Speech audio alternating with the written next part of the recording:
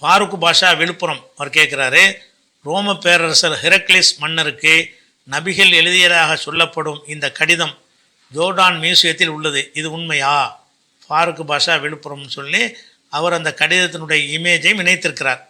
அதாவது ரசூல் ஸல்லல்லாஹு அலைஹி வஸல்லம் அவர்கள் அவங்க மதீனாவில் வந்து கொஞ்சம் எழுச்சி பெற்ற பிறகு அண்டை நாட்டில் அந்த இப்போ தூரத்து நாடுகளில் உள்ள மன்னர்களுக்கெல்லாம் கடிதம் எழுதுவாங்க, நீங்கள் இஸ்லாத்துக்கு வந்துருங்க அப்படின்னு எழுதுனாங்க. நிறைய மன்னர்களுக்கு எழுதுனாங்க.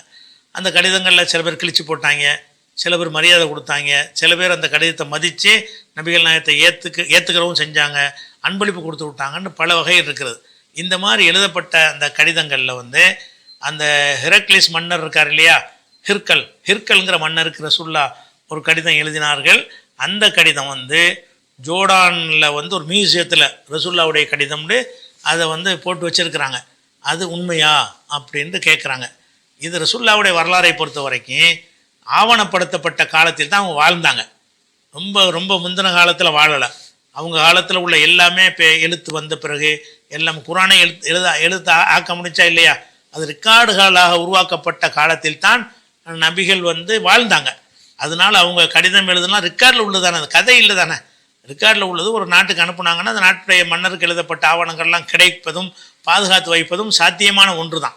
அதனால் ரசூலுல்லாஹ் சம்மந்தப்பட்டதாக பேப்பர் ஆவணங்கள் ஏதாவது கிடைக்கும் என்று சொன்னால், அது வரலாறில் உள்ளதுக்கு ஹதீஸில் உள்ளதுக்கு ஒத்து இருக்கும் என்று சொன்னால் அதை நம்ம ஏற்றுக்கொள்வதில் ஒரு பிரச்சனை கிடையாது.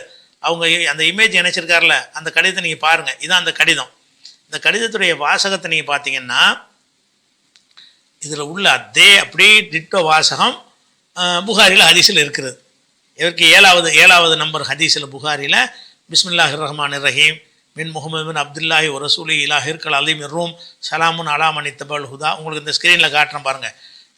இந்த வாசகம் ரசூலுல்லாஹ் கடிதம் எழுதினார்கள் என்று ஏராளமான கிதாபில் இருக்குது. புகாரில் 7வது நம்பர் உதாரணத்துக்காக வேண்டி இருக்குது. இப்போ நீங்கள் ஜோர்டானில் வச்சிருக்கிறான்ல, அதை பார்த்தா இதே வாசகம் அப்படி தான் இருக்குது. இதில் உள்ள அப்படி ஒரு மிஸ்டேக் இல்லாமல் ஒரு எழுத்துடைய விதம் அந்த காலத்து எழுத்தில் எழுதியிருக்கிறாங்க. எழுத்துடைய ஸ்டைலில் வித்தியாசம் இருக்கிறது. ஆனால் அதில் எழுதப்பட்ட அந்த வாசகம் இந்த புகாரி ஹதீஸில் என்ன வாசகம் வருதோ அதே வாசகம் எதில் வருகிறது, அந்த ஜோர்டானில் நீங்கள் மியூசியத்தில் வச்சுருக்கான்னு நீங்கள் போட்டிருக்கீங்கள ஒரு கடிதம், அதில் வருகிறது. அப்போ ரசூலுல்லாஹ் எழுதுனாங்கன்னு சொல்கிற மாதிரி அது இருக்கிறது ஒன்று. பழைய காலத்து பேப்பராக இருக்கிறது அது ஒரு 2வது ஒரு விஷயம். அந்த எழுத்தில் உள்ள வாசகம்லாம் ஹதீஸில் உள்ள மாதிரி இருக்குது 3வது விஷயம். அடுத்த ரசூலுல்லாஹ் என்ன செய்வாங்க, கடிதம் எழுதுனா முத்திரை வைப்பாங்கன்ட்டு சில ஹதீஸுகளில் இருக்கிறது. அந்த முத்திரை முகமது ரசூல் அல்லான்னு இருக்கும்ல, அதில் எப்படின்னா முகமது இப்படி கீழே இருக்குது, ரசூல் நடுவில் இருக்குது, அல்லா மேலே இருக்குது, முகமது ரசூலுல்லாஹ் அப்படின்ற மாதிரி அந்த முத்திரை எழுதப்பட்டிருக்கும்னு இருக்குது. அந்த முத்திரையும் அதில் இருக்குது. அந்த கடிதம் ஜோர்டானில் வச்சுக்கிறதுல ரசூலுல்லாஹ்வுடைய முத்திரை எப்படி இருக்கும் என்று ஹதீஸ் சொல்லப்படுகிறதோ அதே மாதிரியான முத்திரை இருக்கிறது.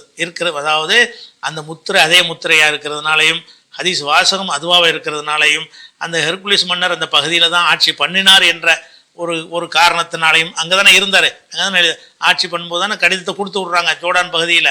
அப்படி அந்த பகுதியெல்லாம் அந்த அவங்களுடைய ஆட்சியில் இருந்த ஒரு காரணத்தினாலையும் அந்த ஆவணம் பாதுகாக்கப்பட்டிருக்கிறது வந்து காலத்தால் 1400 வருஷத்துக்கு முந்தியது என்று சொல்லக்கூடிய அளவுக்கு பழமையானதாக இருக்கிற காரணத்தினாலையும் அதை பாதுகாக்கிற மியூசியத்தில் இருந்த காரணத்தினாலையும் இது ரசூலுல்லாஹ் எழுதின கடிதம் தான் என்று நம்புவதில் நமக்கு ஒரு இது தப்பு கிடையாது.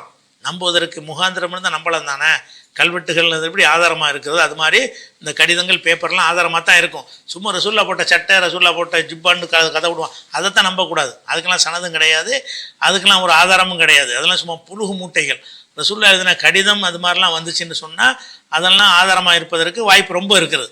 எதுக்கு ஆதாரமாக இருக்கிறதுக்கு சான்ஸ் இருக்குதோ அதை நம்ம என்ன செய்யணும், அப்படியே ஏற்றுக்கொள்ளணும். அந்த கடிதம் ரசூலுல்லாஹ் எழுதினது தான் என்பதை நம்ம நம்புவதற்கு நிறைய ஹதீஸ்களில் முகாந்திரம் இருக்கிறது. அதனால் தாராளமாக நம்பிக்கலாம்.